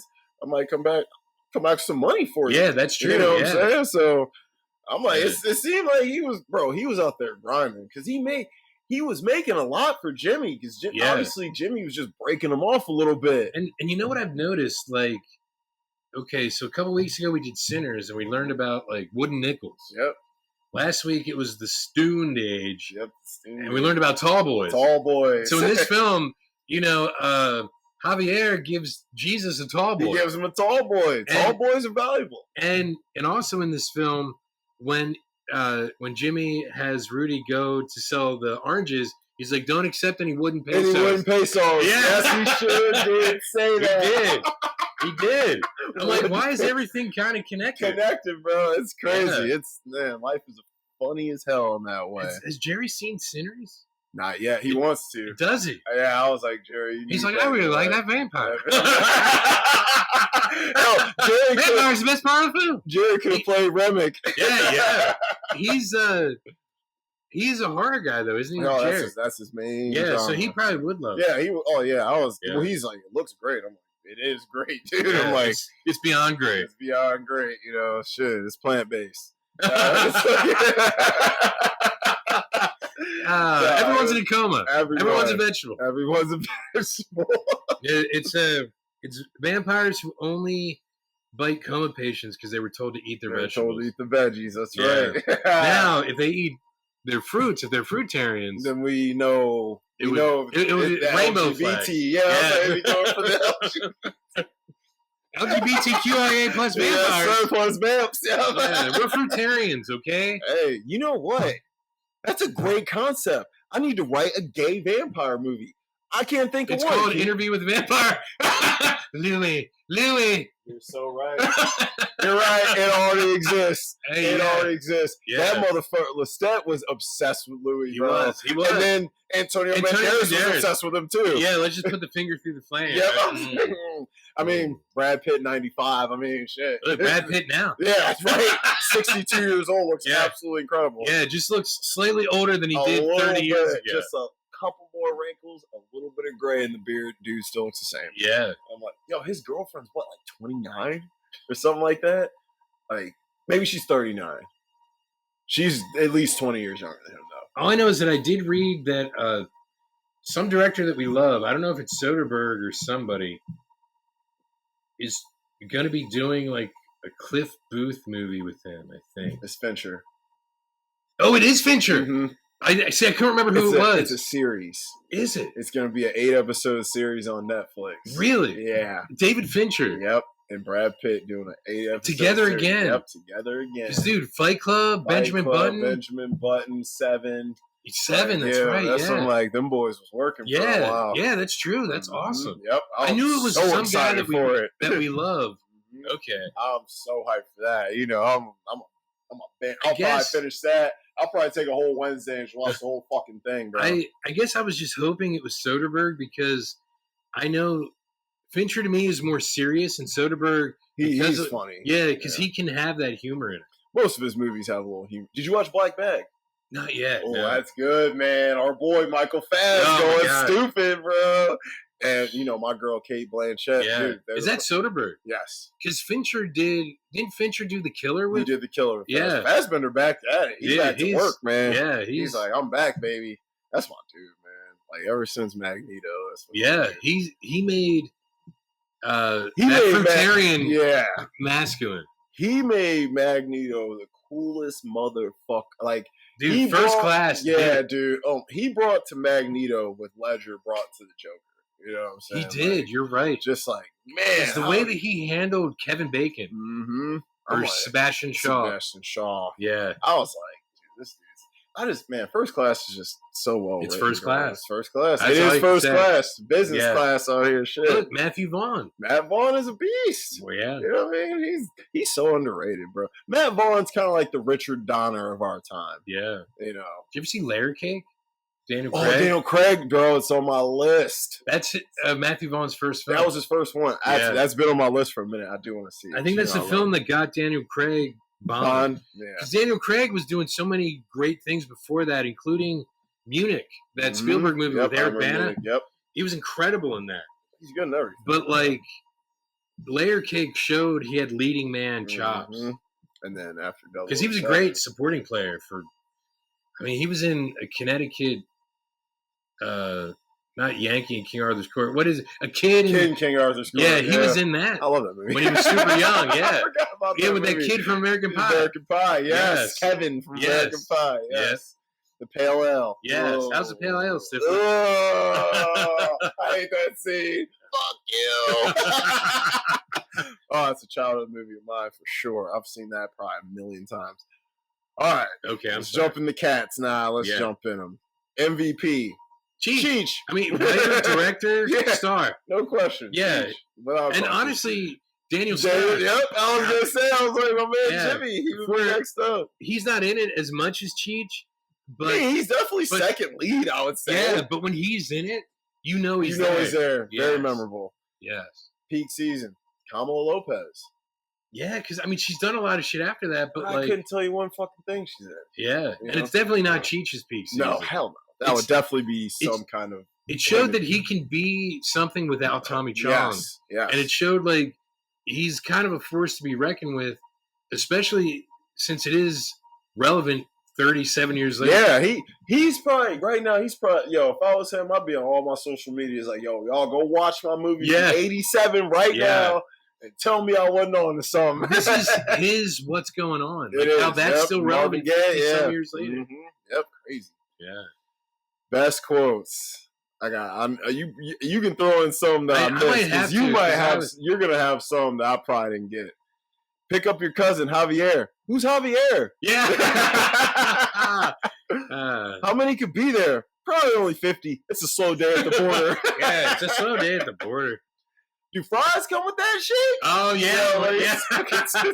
Anything he said to her when he was driving. That shit was funny. In that pink convertible bug. The next line. Mama looks like two puppies fighting under a blanket. And then he's like, let's go skinny dipping. You want to see the lake? Let's go skinny dipping. Yeah. He did say that. He was catcalling crazy. Yeah, he was. I knew you weren't a natural redhead. Oh, yeah, because she's like, I have a black Peugeot or whatever it's called. Yeah. And, God, everything he says. Do you ever have your woofers blown? I did one time in Thailand. Your eyes roll back in your head. Oh, shit. What we got here? A bean and a bean bag. Oh, God, yeah. It's so racist. It's so terrible. I almost didn't laugh at it. I was like, I was racist, but then I just started cracking up. I couldn't help it. Because it's, Cheech wrote it to be exactly. Racist. That's what I was like. Yeah. It all felt fun because I know it's coming from a good place. Yeah. It's not like Jan Michael Vincent didn't write that. Yeah. Cheech Marin did. Yeah. So... Exactamundo. Give this man a rubber tortilla. Oh, yeah. That dude was such an answer. Do you have like 100 or 150 friends who can work here? Yeah. I was like, bro, what who can show up tomorrow? Want to buy some used lottery tickets? Oh, my God, that altar boy. Yeah. He's like, oh. All I got in my pants is my dick and 25 cents. Or the TV version, all I have in my pants is my butt and 25 cents. My butt and 25 cents. And the voice always sounds different. Yes. All I have is my butt and 25 cents. Yeah. What? The president is Ronald Dickhead Reagan. Oh, yeah. Oh, yeah, because when the dude who says the bean in a bean bag, he's like, who's the president of the United States? He's like, I don't know, that guy that was on Death Valley Kids. Like, Cowboy son, John Wayne. John Wayne. Yeah. Jesus is in Tijuana? Oh, yeah. No, it's not Jesus. Sorry. Jesus is in Tijuana. Yeah, Paul Rodriguez is underrated. He is underrated because he's not in it a lot at all. I'm glad I showed you the end of the yes, that gave him a lot more to chew on. Yeah, because at least, even though he's just walking funky and stuff, at least he was there. That shit is funny. Don't touch me. I'm an American citizen. Oh, yeah, that guy outside the bar. Hey, don't touch me. I'm an American citizen. I don't give a fuck. You're in Mexico. Yeah, like what the hell? You say napkin. Oh, you speak English. That shit be cracking up. That one scene where the guy's like, don't touch me, I'm an American. I think this film does show a lot of the, like we call it racism, even though we're all the human race.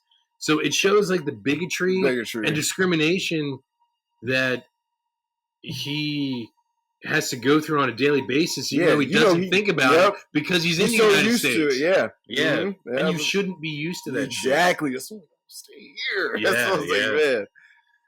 Lovely lady.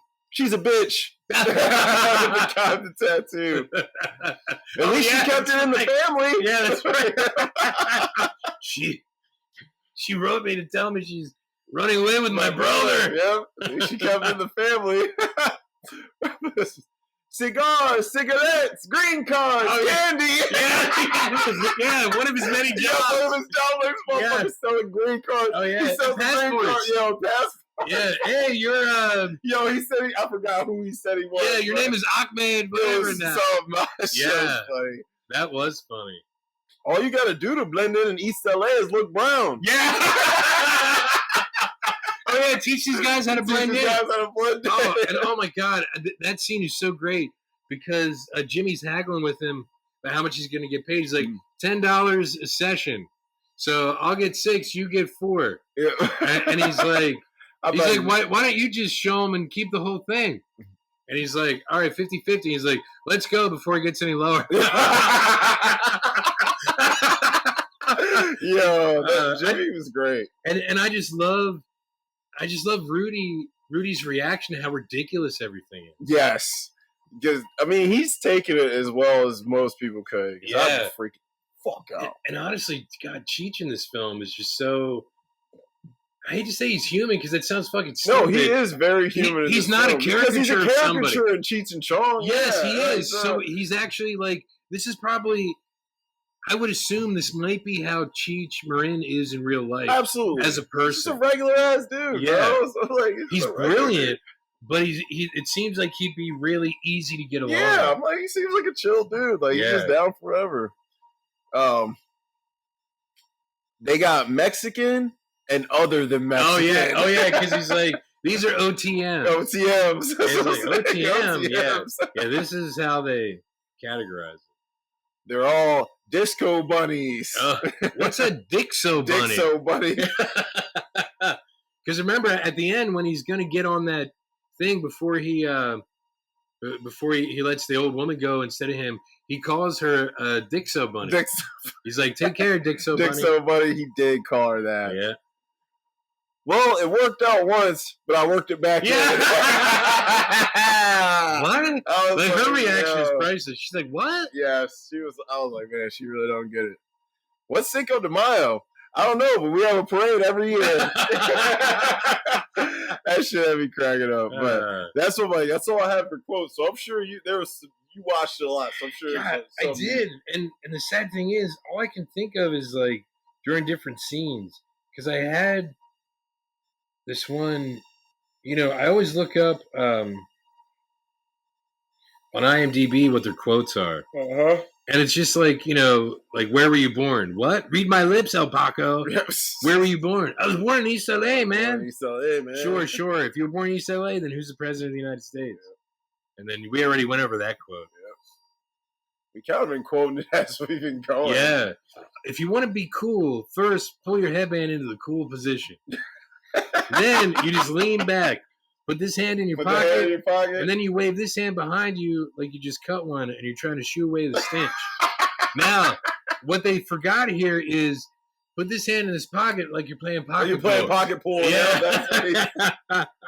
Oh, my God. Probably the best quote in the whole movie. Hey, man, what's happening? What's happening? Yeah, so what's happening? They wrote it on the fucking wall. Hey, mister, I like your sister. Oh yeah. What are you guys in for? The good time. The good time. Them dudes are creepy. Yeah. Oh my God. And you did say the immigration officer was pretty racist. I don't know where you learned to speak English so good. Rudy Roo or Loopy Loo or whatever your name is. Yeah, I was like, God damn. That quarter's coming out of your tab and the tacos are $2.50. They're usually $3, but I like you. I like you. He charged that motherfucker for everything. Yeah. He was about his bread. And here's that dude, Theo, the weird, like, religious dude in jail. Fuck me. No. Fuck you. Fuck you. Yeah, man. Hey, payback's a bitch. Oh, yeah, Chinese Indians. That's what he calls them. Chinese Indians. Yeah. That's fucking hilarious. Yeah. That's... Oh, through the teeth and around the gums. Look how good. Here it comes. Yep. when he and Jimmy are drinking. Yep. And there's actually a shit ton of other quotes, but I'd have to think of the scenes. Yeah, I'm like, it's... Because some of it's like, he just says stuff, and I'm assuming he just ad-libbed shit. I definitely was like, bro, some of this shit he was just spitting off the head. He had to have been. I was like, he had, and I feel like that's probably just his style. Yeah, it has to be, because I think he plays off of different scenes, because that has to be how he and Tommy Chong like got their act together. Like literally got their act together. Just riffing off each other. Yeah. You know? All right, what's age the best? I said Tijuana. TJ. Honestly, unfortunately, this is probably best and worst is U.S. immigration policy. Well, what's age the worst? Catcalling, deportation, and racism. Yeah. Because, but if I say it's age the best, I think it's just how it's represented. Yeah. Like he's showing what a wrongfully deported person has to go through. Only now it's like it would be a prison in El Salvador. Yeah, I'm like, he had it kind of easy back then. Yeah. Even though he did go to prison, it's not the but same it wasn't for crossing the border. Yeah. He went to prison for other shit. Yeah. You know, just related to him trying to get back. Yeah. So, yeah. Yeah, you're right. I'm like, you're right, because there's that whole montage. Yeah, he went to jail for fucking with the phone, not for crossing the border. He went to jail for trying to get back over the border, not for crossing it. Just so he could get his ID to prove that he belonged across the border. Yeah, so I'm like, it all was, he actually didn't go to jail for that.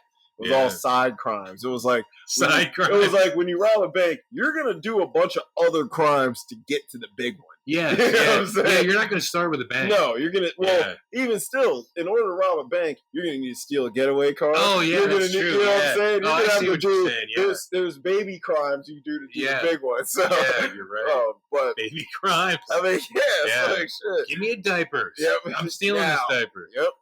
Most rewatchable scenes when they get raided. Yeah.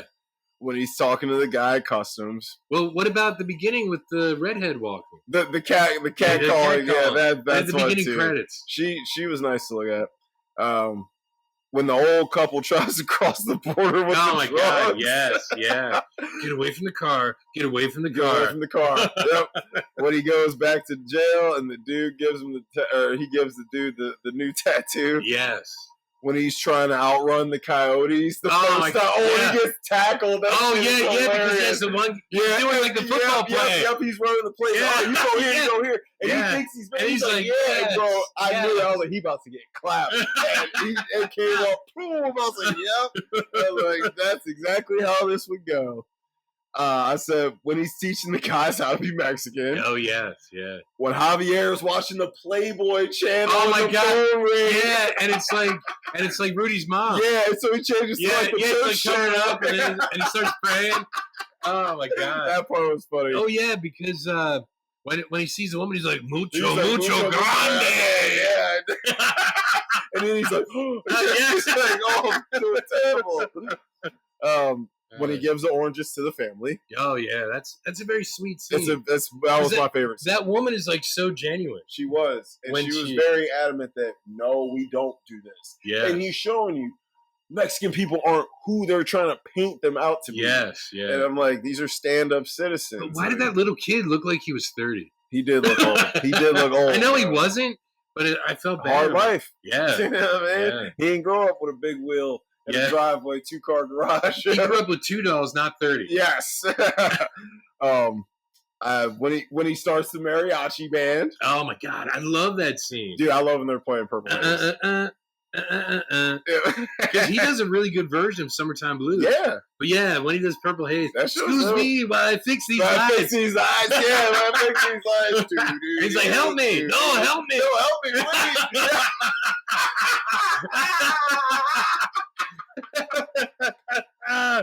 That shit is funny as hell. Yes. I had when he goes to Dolores' house for the date. Oh yes, yeah. Oh, well, before that, when the family saves him with the oranges. Yes, yes.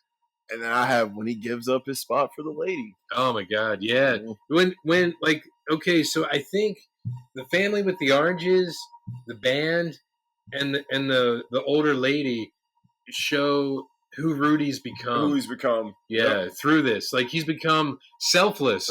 By trying to be selfish. Selfish, yep. Yeah, because he realized that like he doesn't have it so bad compared to these people. Yeah. Because he can, once he gets back, he can prove he belongs there. Yep. Whereas these people need to get there and they get away from whatever. Hide, and once they get there, it's like, you gotta hide. Yeah, you know what I mean? Yeah. So, all right, best characters, because that's pretty much the whole movie. Yeah, best characters: Rudy, Jimmy, and Dolores. Yes, that's what I had. Worst characters: I had Ice. Yeah, especially Jan Michael Vincent, the main Ice. Yeah, I had Ice, and I had the gay dudes in jail. Yes. Yeah. They sucked. Nitpicks. Why is Dolores so sad that he's leaving when she barely knows him? I think because she knows his heart at this point. Yeah. Because she can see through the exterior to who he actually is as a person, because she's like you said earlier, she saw what he did when he thought nobody was looking. Yep. Yeah, so she's like, oh, that's actually who he is. Mm-hmm. But I was like, man, she's real sad. He ain't even hit it yet. Yeah. You know what I mean? I'm like, shit, the she doesn't care. Dead. He could have a millimeter Peter. Yeah, she wouldn't care. She would be like, millimeter Peter. She would be like, I love this man because of his heart. Because of his heart. Not because of his heart on. His heart on. Yeah. Because of his heart. I'm like, listen, bro. If I had a chick like Dolores, I might stay in Mexico. Recasting. Did you have nitpicks? I'm sure. Oh yeah, nitpicks. So I only had really 2 nitpicks. Why did he put a quarter in to the payphone every time he called the operator? Yeah, what the fuck? Operator's supposed to go collect. Yeah, I said the same thing. I was like, because he put a quarter in to call collect. Yeah, man, ain't supposed to charge the callee. Yeah, I'm like, so. And with it's more of an editing thing, I think, because after he does all the reworking of the tattoo on the dude's chest, there's like bullet holes in his forehead. I didn't know tattooed bullet holes in his forehead. I didn't even notice that. That we didn't see Rudy even talking about or attempting. Didn't even see that. Interesting. Yeah. Lots of good ones. So you be noticing that shit. And my big nitpick after seeing like the extended ending is why the fuck did they chop it up so bad? 5 minutes. Yeah. The editing job at the end is horrible when you watch the other one. Yeah, because that actually makes sense. Yes. I was like, now this all... Dude, it was like 7 extra minutes. Just leave it in, bro. Yeah. They were really like, you got to keep this under an hour 30. Like, damn. Yeah, but the extended cut's an hour 33. Yeah, I'm like, it's barely any longer. Yeah, because the regular version's an hour 24. Long. Yeah, it was like 8 minutes longer. Like, crazy. All right, recasting. Rudy. I was thinking Horatio Sands. Who the fuck is that? He was on SNL for a while. Yeah, look up Horatio Sands. He's funny, and he's Hispanic. This guy's old as fuck, dude. Wait, how old is he? He's 55. Oh, Jesus. I didn't know he was that old. Wait, let me see how old who I picked is, because I don't think he's that old. Because I'm like that dude from Andor. Like, I was trying to think of... Oh, Diego Luna's so good. Actually, I love that. Because that's what I was thinking, but then I was going more towards, like, comedy. Damn, who I picked's old, too. Who? I went with Michael Pena. He's 49. Oh, yeah, from Ant-Man. Yeah. God, you know what? If he was like 10 years younger, man. But you know what? He still looks young. I was like, he looks young. I love that because I loved him as Luis. Yes, he's great. Yeah. Bro. He's great in everything he's in. So that's what I was like. I was thinking Michael Pena. You know what? But Diego Luna would be good too. Andor. But can Diego Luna be? I don't know if he got the comedic chops. Yeah, he does. Yeah, I love yours. Yeah. All right, Michael Pena, cool. Yeah.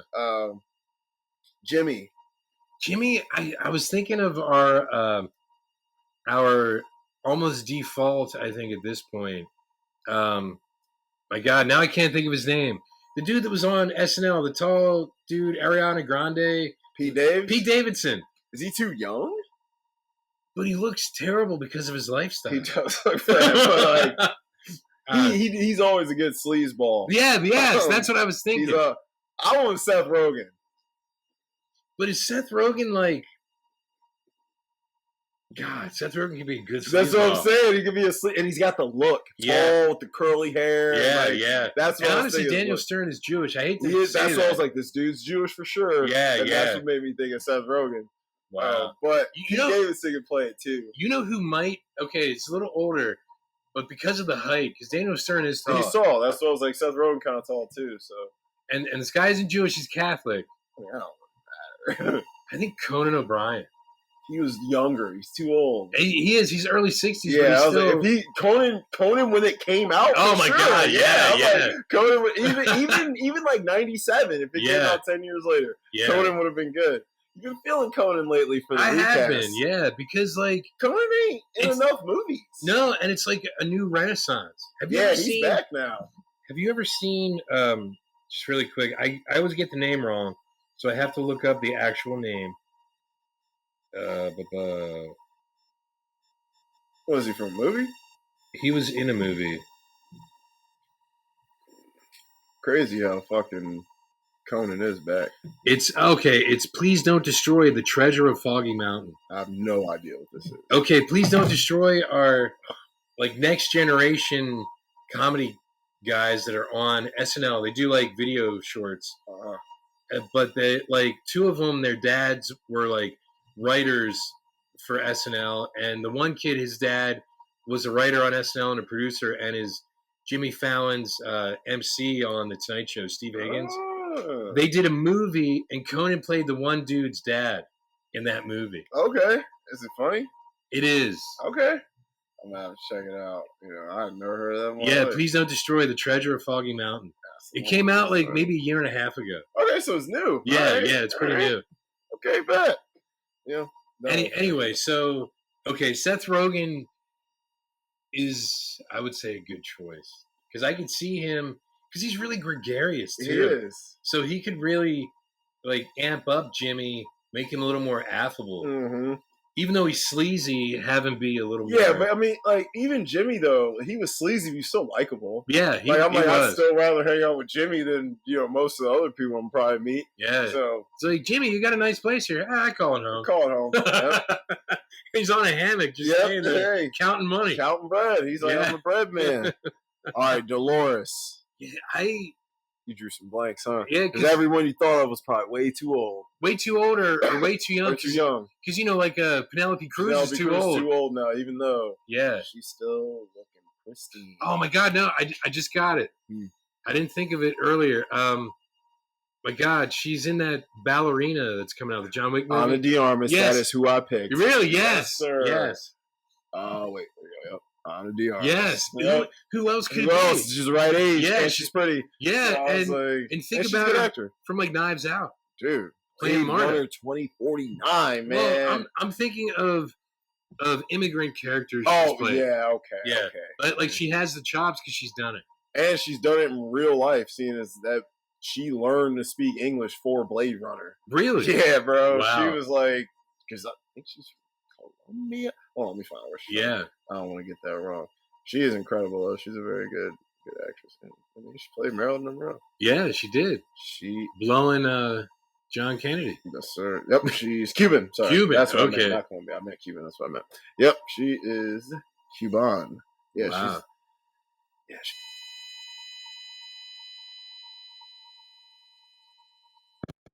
Because even like Jennifer Lopez would be too old, even though she looks good still. She looks better now than she did. Yeah, bro. Even in Out of Sight. Oh, she was looking good in Out of Sight. She was, but she looks better now. She does. That ass still fat too. Oh man. Yeah, she's still hot. But a director, dude, I couldn't think of no. I feel like a Mexican guy has to direct this. I couldn't think of Robert Rodriguez. Is this his kind of movie though? Believe it or not, he's older. And he would have fun with this. And he's done like the Spy Kids movies. You know what? And you know what? He's worked with Cheech in the Spy Kids movies.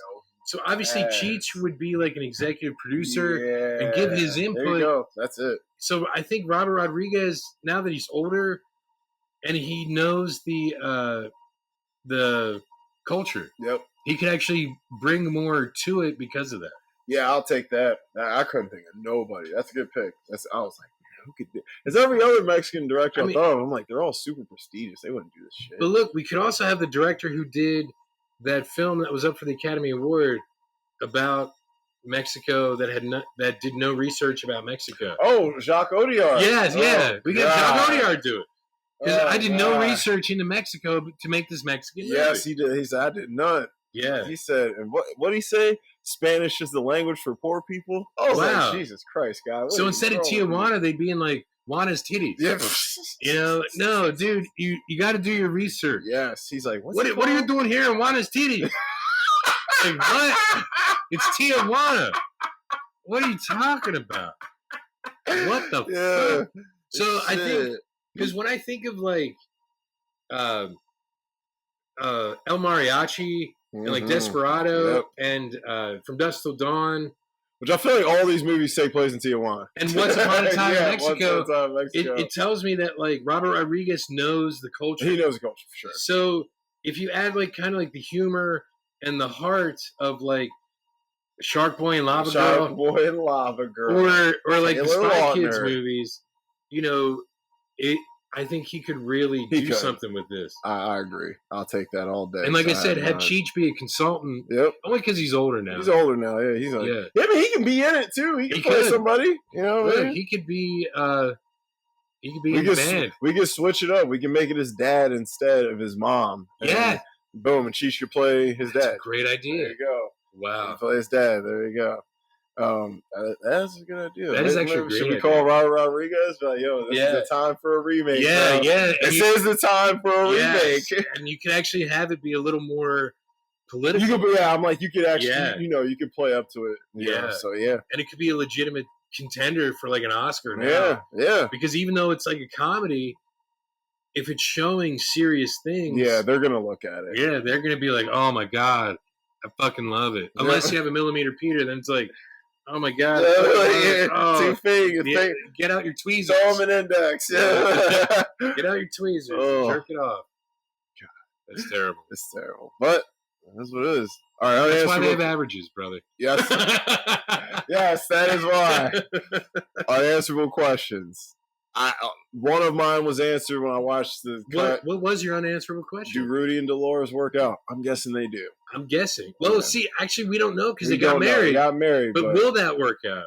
In America, a lot of temptation. Yeah. And not on his end. No, on her end. Yeah, because now all she's new to you. Be inundated with all this stuff. It's all everything's new to you. The culture is a lot of men you've never met before. Very interesting. You're a good looking woman. And you speak English? Come on. Yeah. So I'm like, they'd be like, oh yeah.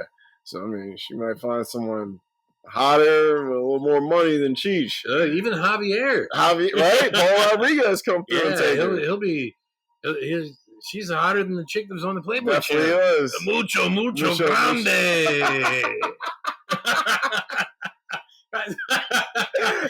It sounds so bad. I was like, yeah, but that's how he said it. That's how he said it.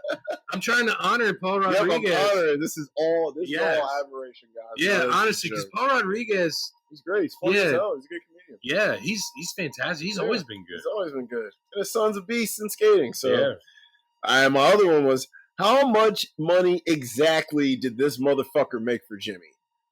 That's a good question because when Jimmy's like, "You made about $100," No, he made I made $100 more than I'm like I thought he made him like over $1,000 in that time period, bro. But we got to think though, if they're paying in like pesos, not dollars, right. It's like the exchange rate. You're right. Yeah. I didn't think about that. Because they didn't say that specifically. But it looked like he was giving them green cash bills. Right? Yeah, cash money, man. US dollars. Yeah, because he's standing there just taking money. And then the one time he tries to walk off with it. Prop you want from the movie. I had the LA hat. I was going to say that, believe it or not. The LA hat. You see it the whole film. He's the whole fucking movie. Or that red hat that he has in the beginning that doesn't have the rim. It's like it's the trucker hat with it's just a mesh hat. Yeah, like, what the hell is he doing? Like, is that an homage to like the red beanie he would wear in Cheech Chong? Maybe. Yeah, kind of like think of that because it's kind of like a transition because then he has the blue LA hat. He went from Crip to Blood. Blood to Crip. Yeah, man, he was showing the LA gangland too. And Javier has like a Rams hat on at one point because you see the horns on the side. LA shit. Yeah, man, All right, so that's that. We got graded. You know what, dude? I'm giving this a solid, at least like a 90, an A. You're giving it an A. I'm gonna give it A minus. I'm gonna give it an 80. Because I was at about 77 last time. Now we talked about it. I'm at 80. You're just disappointed instead. I hate the ending. I hate the ending. And the beginning's drags. So, but from like the 20-minute mark to about the hour and 20 mark. Yeah. Fantastic. Yeah. But I fucking hate that he doesn't stay. I was like, he's really the whole time. I'm like, you still gonna go? I'm like, bro. And then when he put his foot, I'm like, he's not gonna go. He's gonna stay. Yeah. This is great. And then they still left. I was like, I was like, stay. But see, she wanted to go too. She was just waiting. I'm like, listen, girl, we stay here for a little while. I'll tell you all you need to know about America. And you ain't gonna like it. John Wayne. Yep. I'm like, listen, the most John racist Wayne, fucker ever. Yep. John Wayne, foosball, football. I'll be like, yeah, bad food. Not bad tasting, but bad for you. Yeah, yeah. I don't know, capitalism. Yeah. I'm like, I don't know. Lowercaseism. Yeah. I'm like, listen, honey, it ain't all what it's cracked out to be. Yeah. The American Dream is more of a nightmare. Oh, that shit is dead now. Like, American Dream been dead since that movie came out. The American Dream's been dead. Like, I feel like the American Dream concept died in mid-70s, maybe. Pretty much when crack came around, the American Dream died. Well, I think like once people woke up, the American Dream died. Yeah, so like, too. Yeah, they woke up and the dream was over. That's why there's so much anti-woke things out there. Because if you're actually awake and can function and can see, you won't believe all the bullshit. Yo, you're gonna be like, what the fuck? Yeah. This place is crazy, but so you won't believe the alternative facts. Oh, gotta have the callback. Gotta have the callback. I love that. Yeah. What are we doing next? I don't know. I was wondering. Did we? What were we talking about? We were talking about. We discussed a lot of shit. I said something about doing like the Zack Snyder or Superman stuff, but that's before Superman comes out, and maybe after James Gunn's Superman, we should do that in order to kind of compare what James Gunn did with Zack Snyder, and because we already know Richard Donner, we haven't done Richard Donner. We have, so we're gonna have to kind of compare. At least 1 and 2. Yes, but dude, we should go. We can wait till like July or August for that. Should we go see Superman on a Thursday? Yes, and then come do a straight boom review after.